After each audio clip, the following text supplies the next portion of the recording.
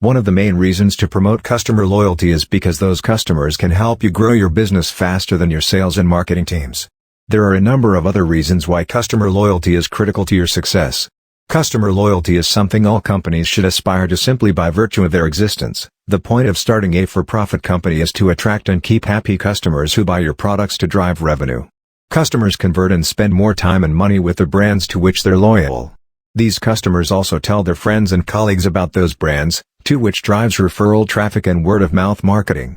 Customer loyalty also fosters a strong sense of trust between your brand and customers. When customers choose to frequently return to your company, the value they're getting out of the relationship outweighs the potential benefits they'd get from one of your competitors.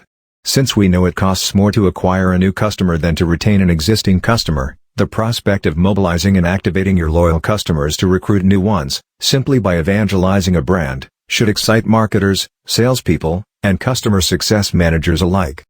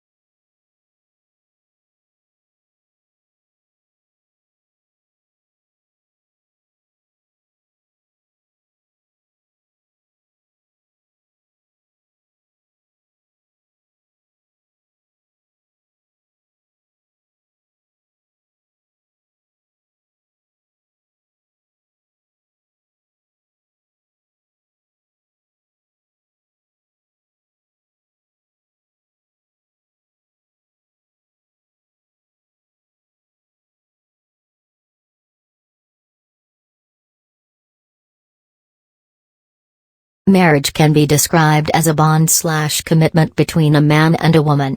Also, this bond is strongly connected with love, tolerance, support, and harmony. Also, creating a family means to enter a new stage of social advancement. Marriages help in founding the new relationship between females and males. Also, this is thought to be the highest as well as the most important institution in our society. The marriage essay is a guide to what constitutes a marriage in India. Whenever we think about marriage, the first thing that comes to our mind is the long-lasting relationship. Also, for everyone, marriage is one of the most important decisions in their life. Because you are choosing to live your whole life with that one person. Thus, when people decide to get married, they think of having a lovely family, dedicating their life together, and raising their children together. The circle of humankind is like that only. As it is seen with other experiences as well, the experience of marriage can be successful or unsuccessful. If truth to be held, there is no secret to a successful marriage. It is all about finding the person and enjoying all the differences and imperfections, thereby making your life smooth. So, a good marriage is something that is supposed to be created by two loving people. Thus, it does not happen from time to time. Researchers believe that married people are less depressed and more happy as compared to unmarried people.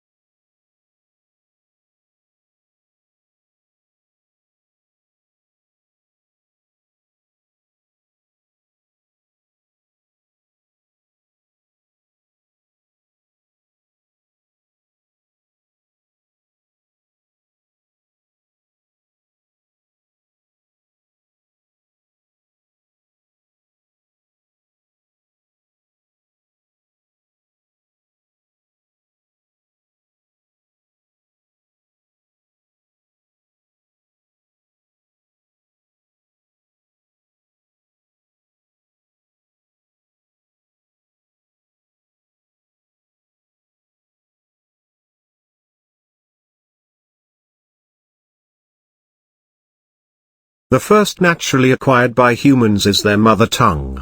The mother tongue is associated with the language that a child's parent used to communicate with them, or the common language of the place a person is born and brought up in is called the native tongue. The mother tongue or the native language is an essential aspect in one's upbringing as it shapes the way they perceive the world and the way one expresses themselves to others. Babies tend to imitate what they see or hear. Infants are fast learners as they acquire their mother tongue by imitating their parents. It is easier for children to learn languages in their growing years than in comparison to adults learning a new language. Having a strong grip on one's mother tongue also helps in creating a strong foundation for learning additional languages. Children are capable of learning languages other than their native tongue while they are young by transferring the different structure of a language to other languages. If a child learns the grammar of their mother tongue well, then they will be able to guess the meaning of the words in different languages easily.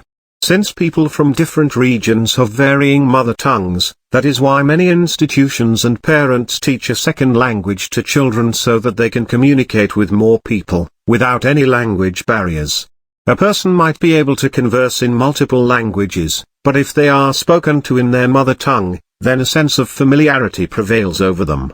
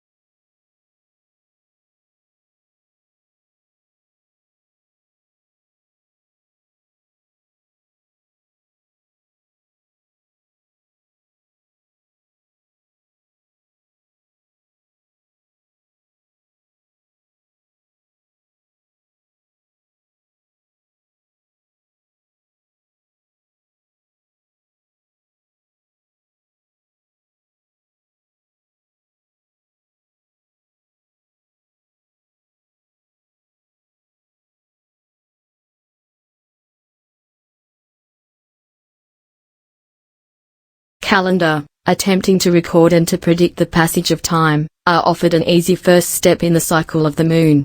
The only two measures of time available to primitive people are the day, the space between two nights, and the month, the space between new moons.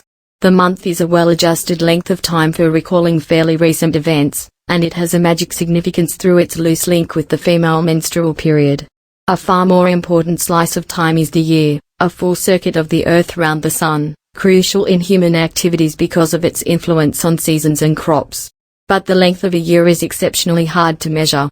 Primitive societies make do with a broad concept, counting the year as starting when leaves sprout on a particular tree or describing someone as having lived through a certain number of harvests. The only simple yet accurate way of measuring a year is in relation to the stars, though structures such as the passage grave at Newgrange can record an annual position of the Sun, at a considerable cost in effort.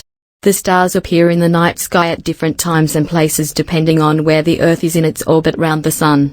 A star observed in a given place, on the horizon at dawn, for example, will be there again exactly a year later. In Egypt, the temple priests derive much of their prestige from close attention to the stars, enabling them to give the impression of predicting natural events. The best example is their use of Sirius, the dog star. It rises above the horizon just before dawn at the time of year when the all-important flooding of the Nile is about to occur. Priests who can foretell this great event are powerful soothsayers. This observation of Sirius also enables the Egyptians to become the first people to move from a lunar to a solar calendar.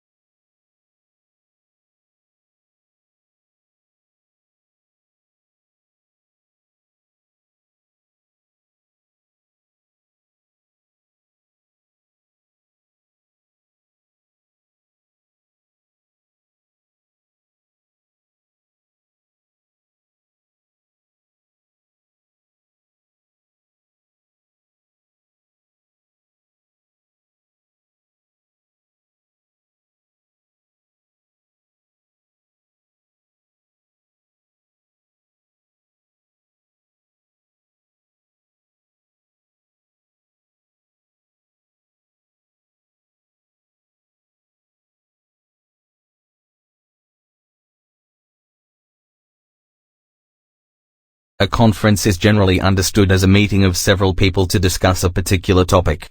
It is often confused with a convention, colloquia or symposium. While a conference differs from the others in terms of size and purpose, the term can be used to cover the general concept. A convention is larger than a conference. It is a gathering of delegates representing several groups. At a conference, innovative ideas are thrown about and new information is exchanged among experts. An academic conference is a gathering of scientists or academicians, where research findings are presented or a workshop is conducted. A business conference is held for people working in the same company or industry. They come together to discuss new trends and opportunities pertaining to the business. A trade conference takes place on a larger scale. Besides businessmen, there are members of the public who come to network with vendors and make new connections. Such a conference consists of workshops and white paper presentations. An unconference differs from the traditional conference, since it avoids the high costs, top-down organizational hierarchy and sponsored presentations. All attendees are equally knowledgeable about the topic and the discussion follows an open mode, usually without a single speaker addressing the gathering. Most conferences have one or more keynote speakers who will deliver the keynote speech. These are common at academic and business conferences. The speakers chosen are eminent personalities in the related field and their presence is meant to attract more people to attend the conference.